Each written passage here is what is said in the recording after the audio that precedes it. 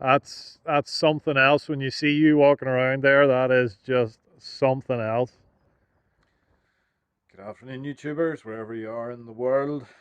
Drop me a comment, tell me where you're from. Always interesting to hear about my viewers.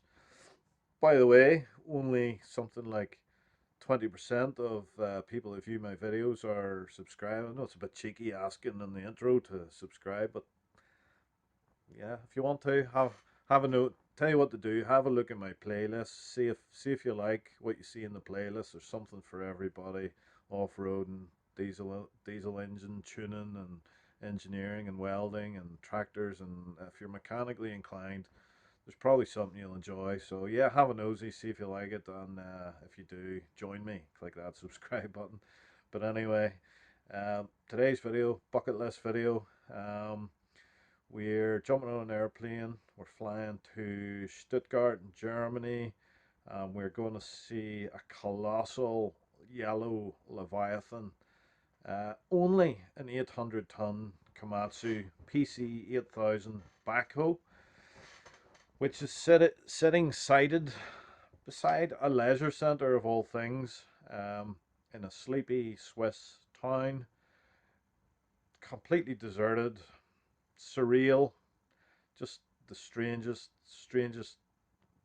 most out of place thing I've seen. I don't really know what's going on, but we'll ponder some of them questions when we're looking around it. So yeah, um, Appenzeller Park in Switzerland, 800-ton Komatsu backhoe.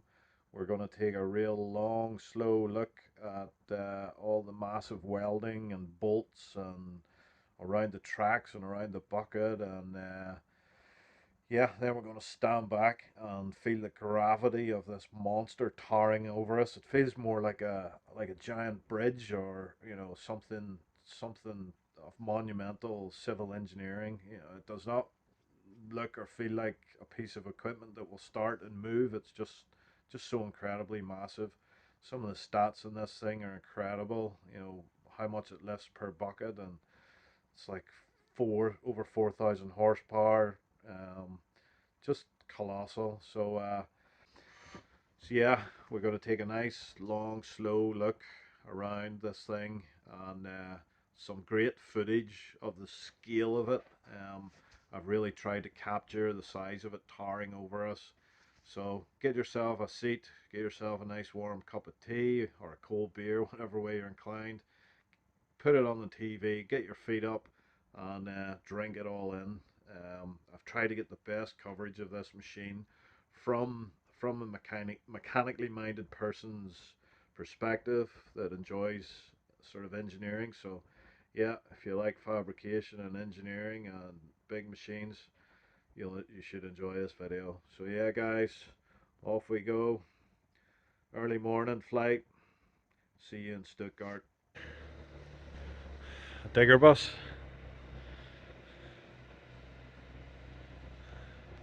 She's the road.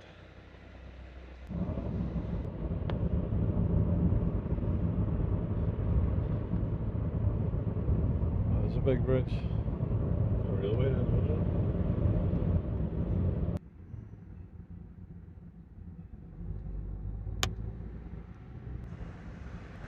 Haha.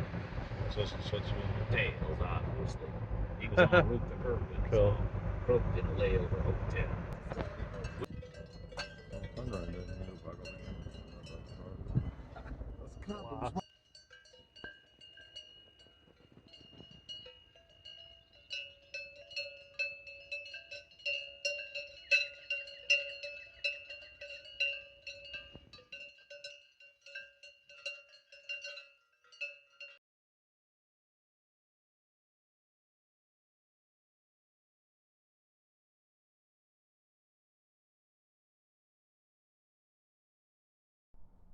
So that's us just entering the sleepy Swiss village where the excavator is supposed to be, and we're not sure where it is. We come around the corner and bam, there it is. This massive yellow industrial monster that just looks like something out of Transformers film. You expect it to come to life. start tearing across the hillside, smashing up buildings in its path. It's just so surreal. We have so many questions. Why? What is the business model? What is the idea? How does any of this make sense? It is just the most surreal thing. We'll ponder those questions when we have a look around and see if we can come up with some answers. So, under the beautiful aqueduct, viaduct, whatever it is, and let's go see this baby.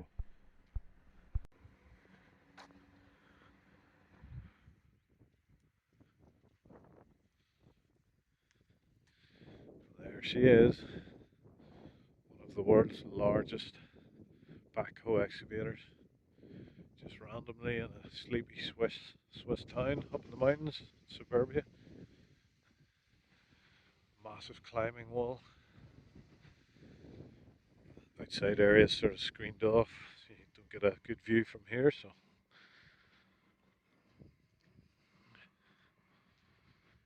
find the entrance. Language barrier making it difficult for us to find the entrance, but we went into the cafe and paid at the till to a very bemused uh, till person. They're like, that'll be 39 Swiss francs, and you could just see, why do you want to look at this big machine? But they don't understand what this is like for a machinery fan. Wow, always feel that magnetic pull. It's like the weight of it, just you feel it pulling at you just by laying eyes on it. That's that's breathtaking. It's so frustrating that a video can't portray the gravity, the weight of it, just pulling you out. Astonishing. Yeah, I think now we get it. We see Malcolm walking out of the bucket. That's something else. When you see you walking around there, that is just something else.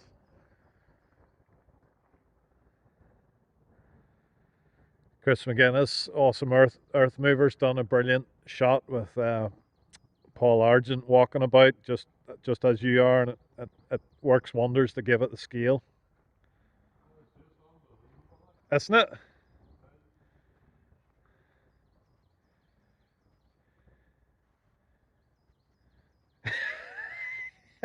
I can't reach. Yeah, yeah, that's just spectacular. Thank goodness there's a wide angle lens on this.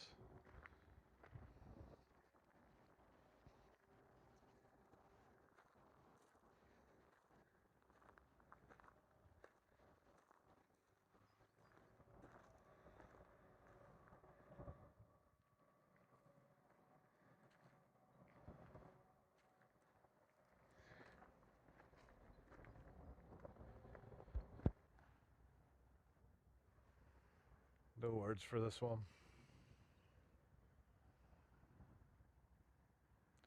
Yeah, so that's the biggest backhoe I've ever seen.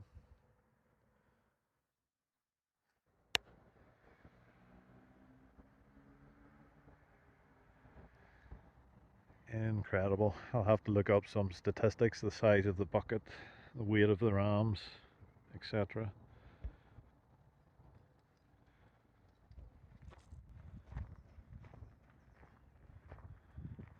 Let's do some weld perving.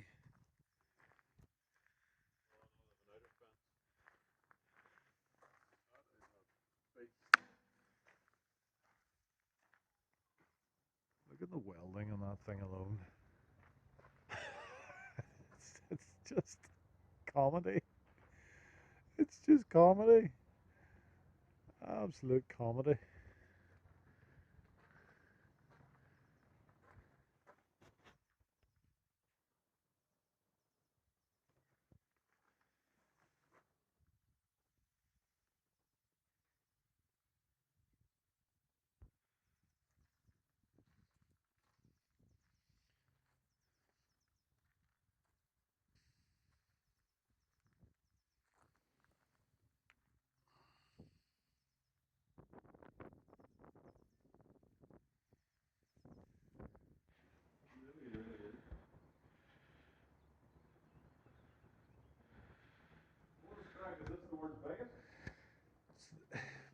It's in the class of the world's biggest. Yeah.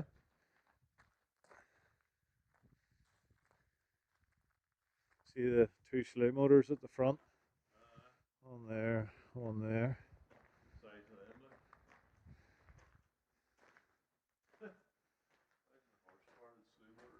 Yeah.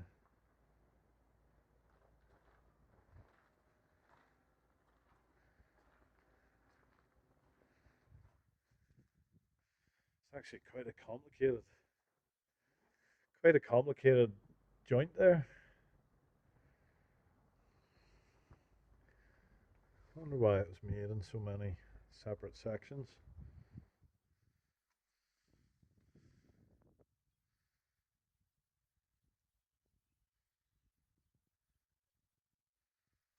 Truly astonishing.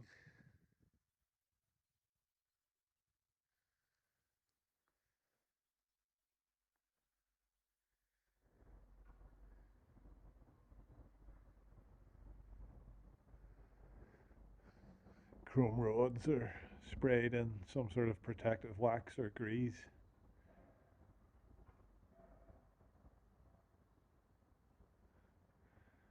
Large lower ram mounts, big cast, one piece cast lugs welded into the upper structure.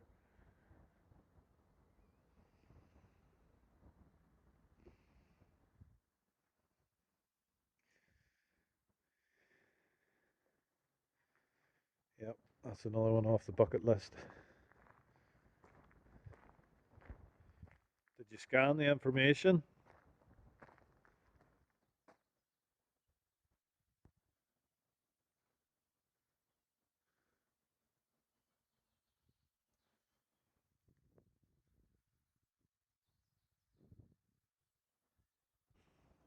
It's interesting where I can see where they folded the plate. You can just see the lines on the underneath of that boom section where it was folded in a large plate folder. And the weld joint shining in the sun.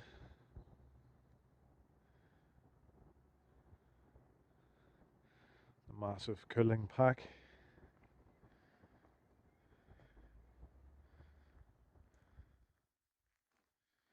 Just incredible.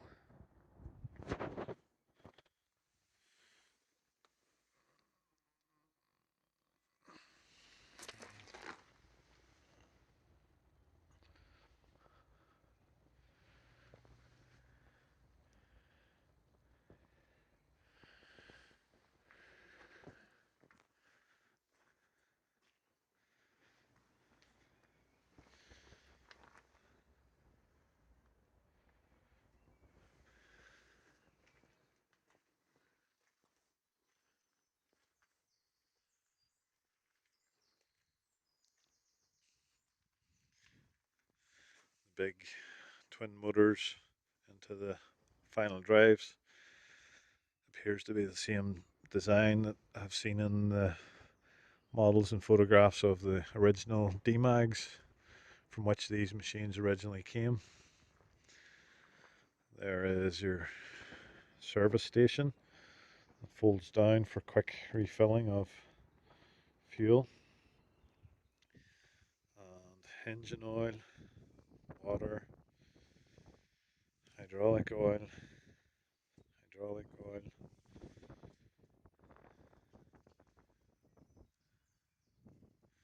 It shows you how it swings up underneath the structure of a camera. I presume that's a reversing camera to make sure there's not a house behind you that you're going to reverse over.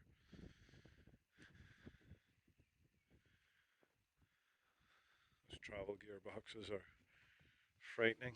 You see the mainframe where they bolt on. Reduction, reduction, reduction, reduction. Spur gears and spur gears.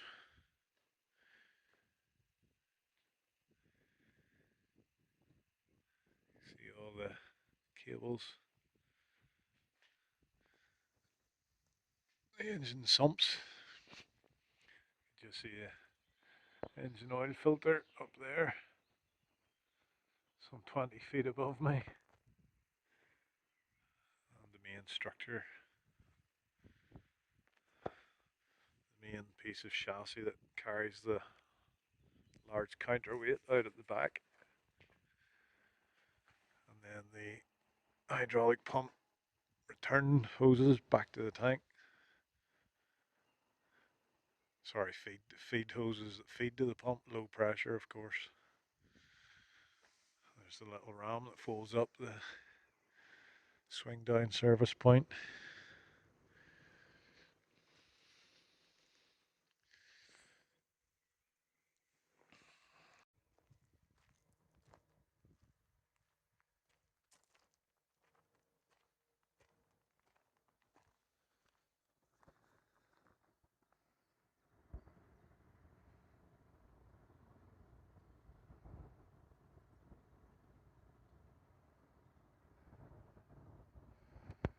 Yeah, all the way up these steps, staircase, another staircase, all the way up to the cab. And then this will be an emergency drop down staircase if there's an engine fire or hydraulic line bursts or something. Incredible.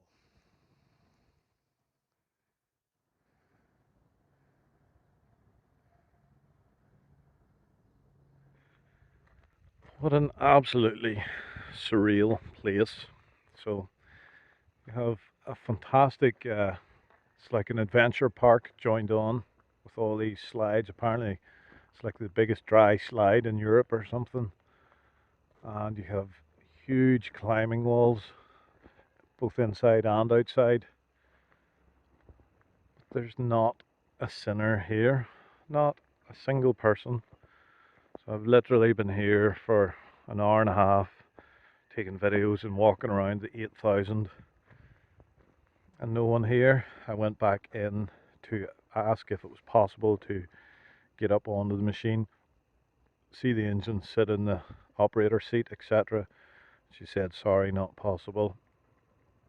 But it would have been nice to have spoken to a guide or someone that could have answered some questions. As you can see by the background, we're in a beautiful Swiss town, quite sleepy, not very busy, not much activity. I think it's the 7th of April 2025, and there has been no other visitors here since we arrived. So I'm wondering if someone could answer, am I in a holiday town? Is it off season? Where are all the visitors? Some of the questions I have, perhaps a bit nosy, but I would love to know the business model for this machine. How do they forecast the visitor numbers, the entrance fee, and the repayment? What is the repayment term on this machine? What's its projected attraction lifespan? Do they have a maintenance schedule? Do they periodically run it to keep the rams and things from rusting, to keep the engines in good condition, oil seals, etc.? Any machine benefits from periodic operation, just a warm and a cycle.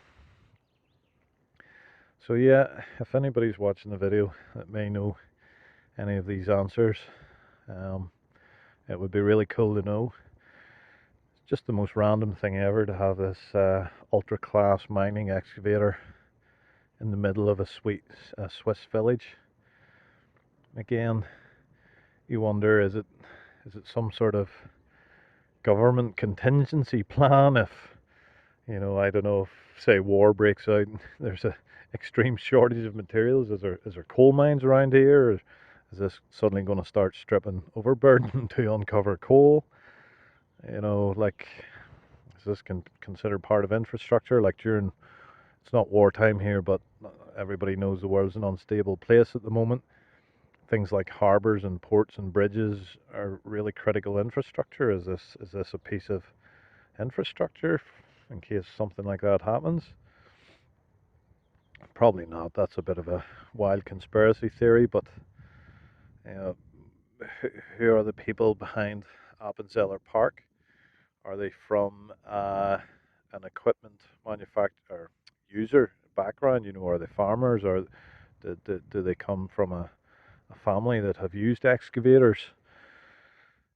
We also visited the Eberhard Ebinum Albonium, apologies for the pronunciation, Digger Museum, which is approximately an hour and a half from here.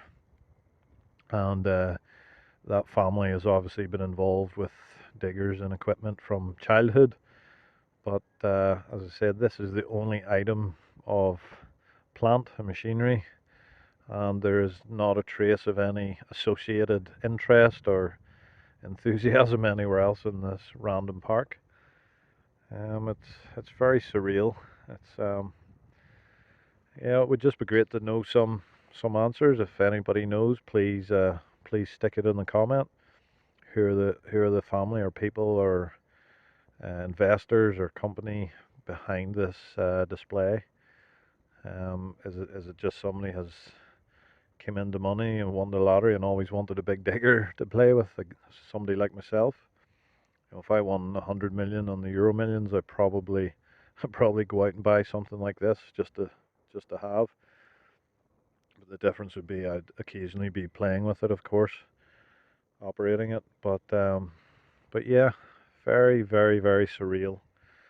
You know, is this a big tourist area that comes alive during peak season in the summer? Does it go crazy?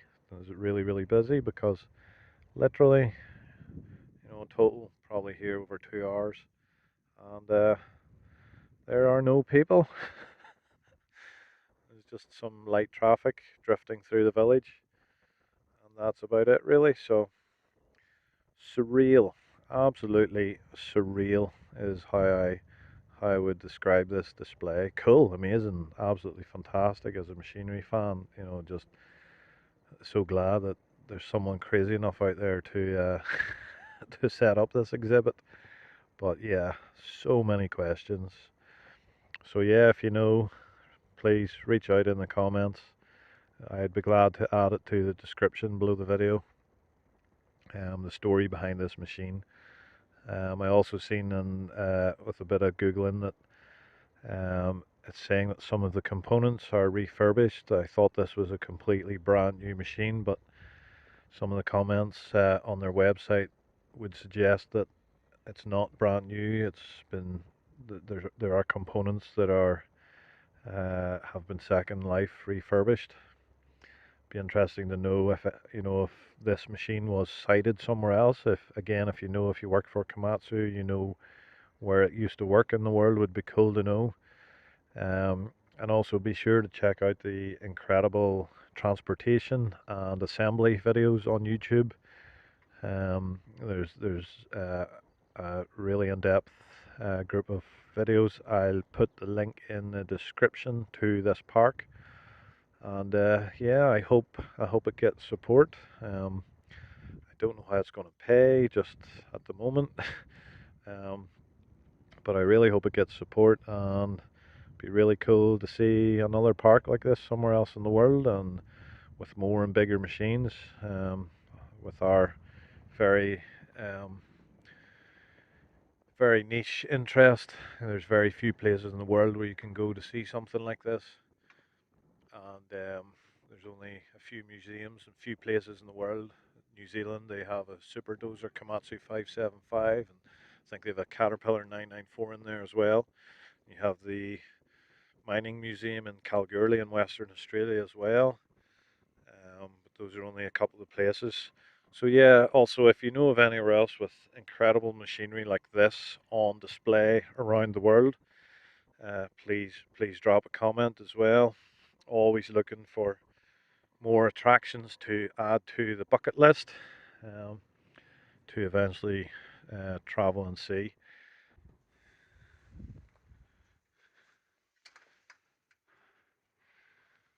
overhead.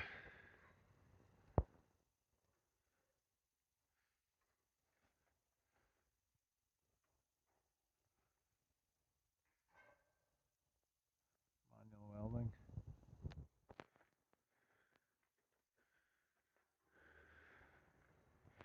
That's the way they filled the corners in with weld there, see that?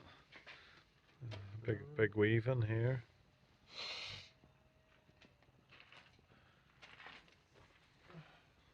Down there too.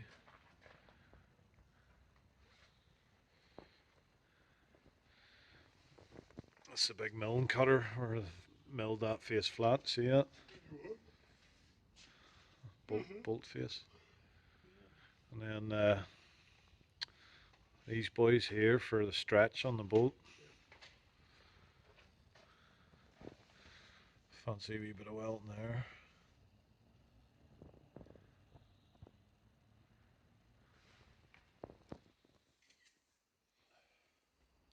The thickness of that plate, 6 inch, easy.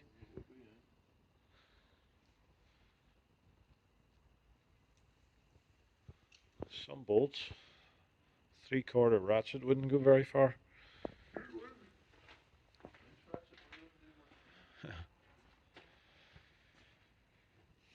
But like, why is that window?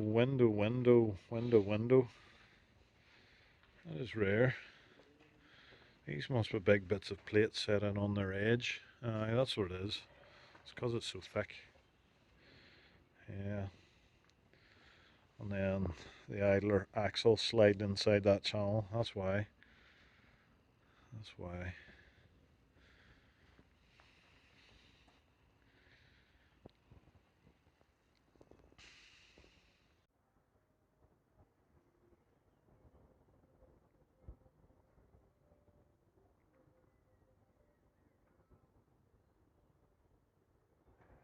Looked up the stats, and to the bottom of that handrail is 23 feet above me.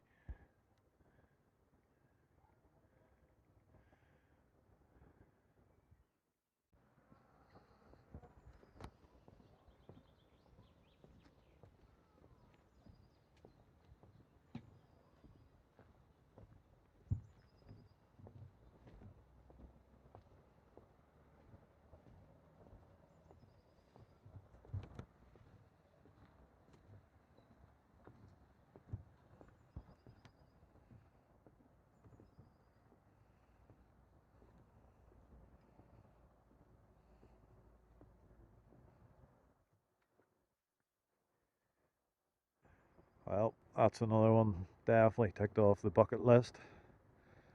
I don't think I'll see a bigger bucket than that ever.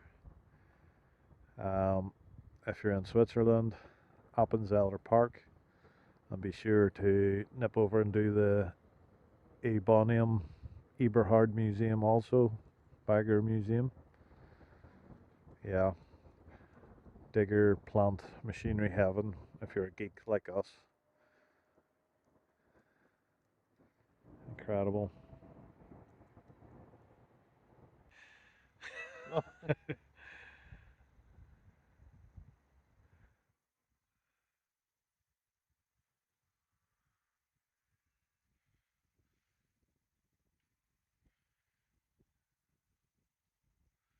Sitting in that cab would be like driving the Starship Enterprise.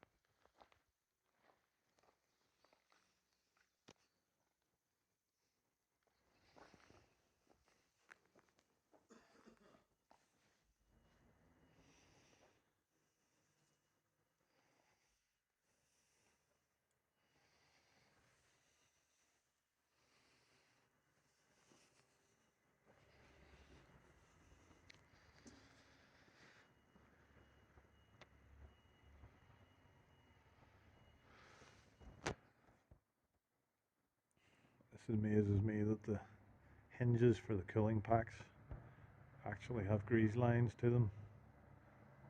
1, 2, 3 separate doors. And then you've got all the lights up there as well, accompanied by another camera. And then more cameras at the driver's side. Incredible amount of LED lights.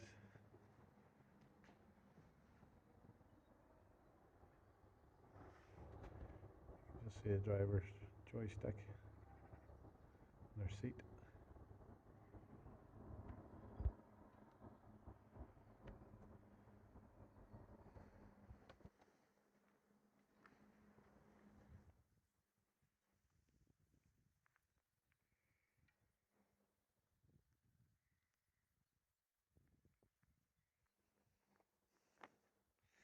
Size 12 feet, fit on the very last piece of the toe easily.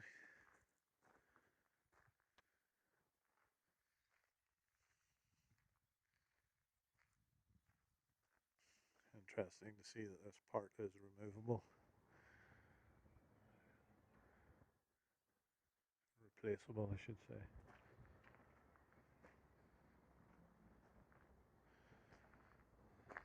Nice little wear parts on the bucket. That's boilies, as the Australians say, or the welders. Gouge them off of the air arc and just replace them when they're worn out. And then the heel shrouds for the bottom of the bucket. See the corner tooth adapter. How much weld is required to hold that in there. Heavily shrouded wear parts, replaceable wear.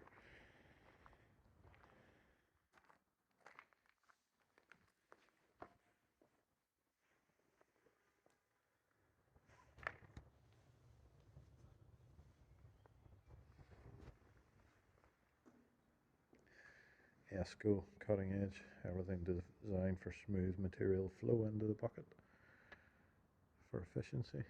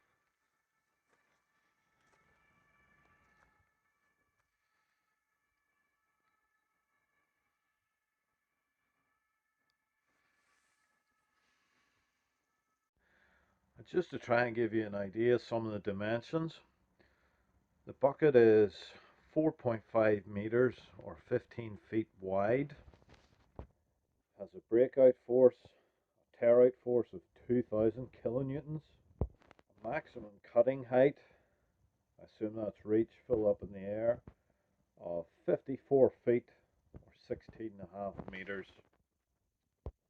Track frame undercarriage is 35 feet long, 9.7 meters or 32 foot to the top of the cab, the operator's cabin.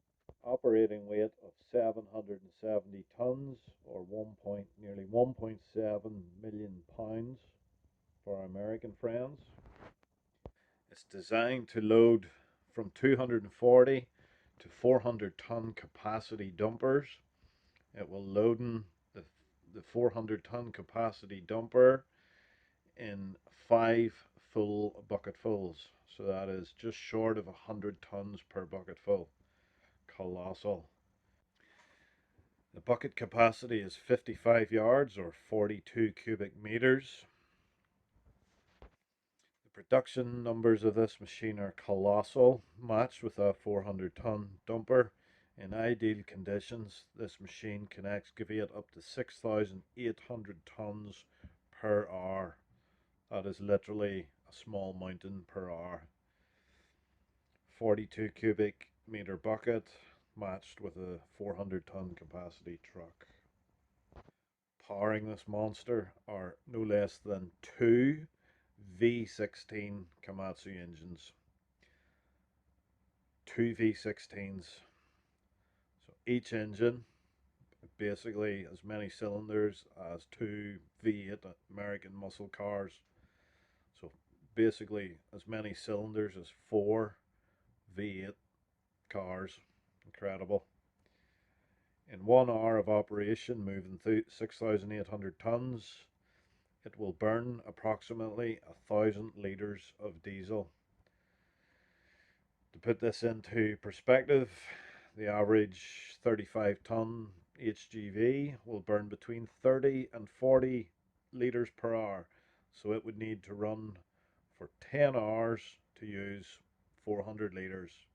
So this giant excavator will burn in half an hour as much diesel that will keep an HGV going for 10 hours straight. Colossal. Monumental numbers. I'd love to know the weight of the bucket, the weight of the dipper. I'm sure some of you guys know. Feel free, drop some specifications in the comment box. I'd love to hear more. Um, but yeah, I think that pretty much wraps up the tour of this absolutely astonishing machine. So yeah, thanks for tuning in, fellow digger geek, and I'll catch you on the next video. Not sure what it'll be, but it'll be something mechanical and big and heavy, engineering related. So uh, click subscribe if you want to see more videos like this. Check out my playlists. There's engineering, there's excavators, there's off-roading, there's welding, you name it. There's tractors, there's something for everyone. So please do check out my other videos. Thanks for your support, guys. Very much appreciated. Over and out.